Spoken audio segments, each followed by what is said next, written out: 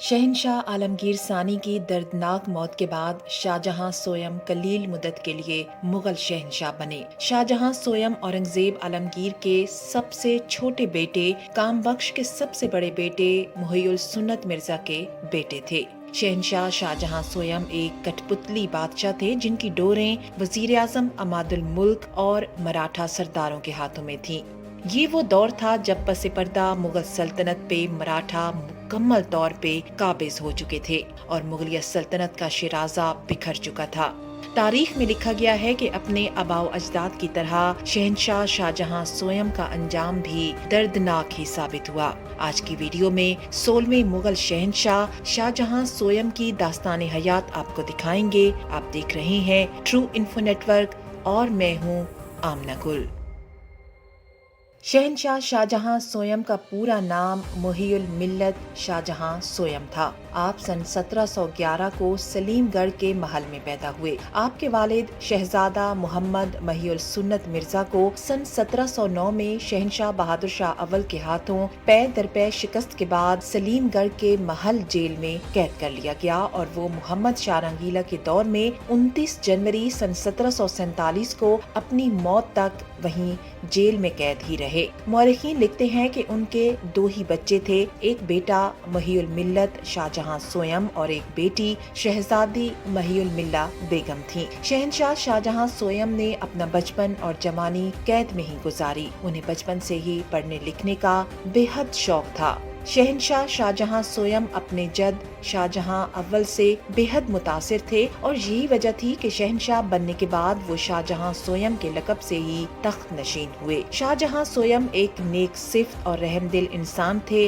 उनकी रहमदिली का एक वाक़या तारीख में रकम है। मौरखीन इस वाक़े को कुछ यूँ बयान करते हैं कि एक दफा का जिक्र है कि शाहजहां सोयम और उनके बचपन के दोस्त इलाही मिर्जा तलवारबाजी की मश्क में मशगूल थे कि अचानक इलाही मिर्जा की तलवार शाहजहां सोयम का सीना चीरती हुई दिल तक जा पहुंची और आप वहीं गिरकर बेहोश हो गए। 1 महीने के मुसलसल इलाज मुआवजे के बाद जब उन्हें सेहत मिली और उनके सामने जंजीरों में जकड़े उनके दोस्त इलाही मिर्जा को पेश किया गया तो उन्होंने उसे माफ कर दिया क्योंकि इलाही मिर्जा अपनी गलती पे बेहद शर्मिंदा था। तारीख में लिखा गया है कि शाहजहां सोयम जब मुगल शहंशाह बने तो उस वक्त उनकी उम्र तकरीबन 49 बरस थी। उन्हें इंतजामी मामलात चलाने का कोई भी तजर्बा हासिल नहीं था और यही वजह थी कि वजीर आजम अमादुल मुल्क ने आलमगीर दोयम की तरह उन्हें भी चुना। शाहजहां सोयम का दौरे इक़्तिदार दिसंबर सन 1749 से लेकर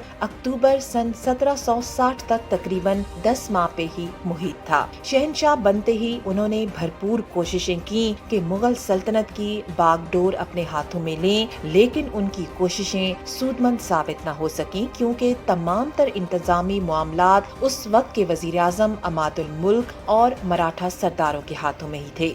जब शहंशाह शाहजहां सोयम ने सल्तनत के इंतजामी मामलात दुरुस्त करने के लिए मुगलिया दरबार में तब्दीलियां करना शुरू की तो मराठा सरदार उनसे नाराज हो गए क्योंकि मराठा मुगल सल्तनत को मुकम्मल तौर पर खत्म करने की कोशिशों में लगे हुए थे। मुगल सल्तनत को मुस्तहकम करने की कोशिशें ही शाहजहां सोयम की माजूली का सबब बनी और उन्हें 10 अक्टूबर सन 1760 में माजूल करके दोबारा से सलीमगढ़ के किले में कैद कर दिया गया, लेकिन अब की बार उनसे तमाम तर सहूलियात छीन ली गयी और नौबत जहां तक आई कि उन्होंने अपनी जिंदगी के आखिरी अयाम फाकों और इंतहाई तंगदस्ती में गुजारे और सन 1772 में इस दारे फानी से कूच कर गए। शाहजहां सोयम के बाद शाह आलम सानी मुगलिया सल्तनत के अगले वारिस बने और तकरीबन 46 साल तक मुगलिया सल्तनत पे हुक्मरानी की। शाह आलम सानी का तवील दौरे इक़्तिदार कैसा था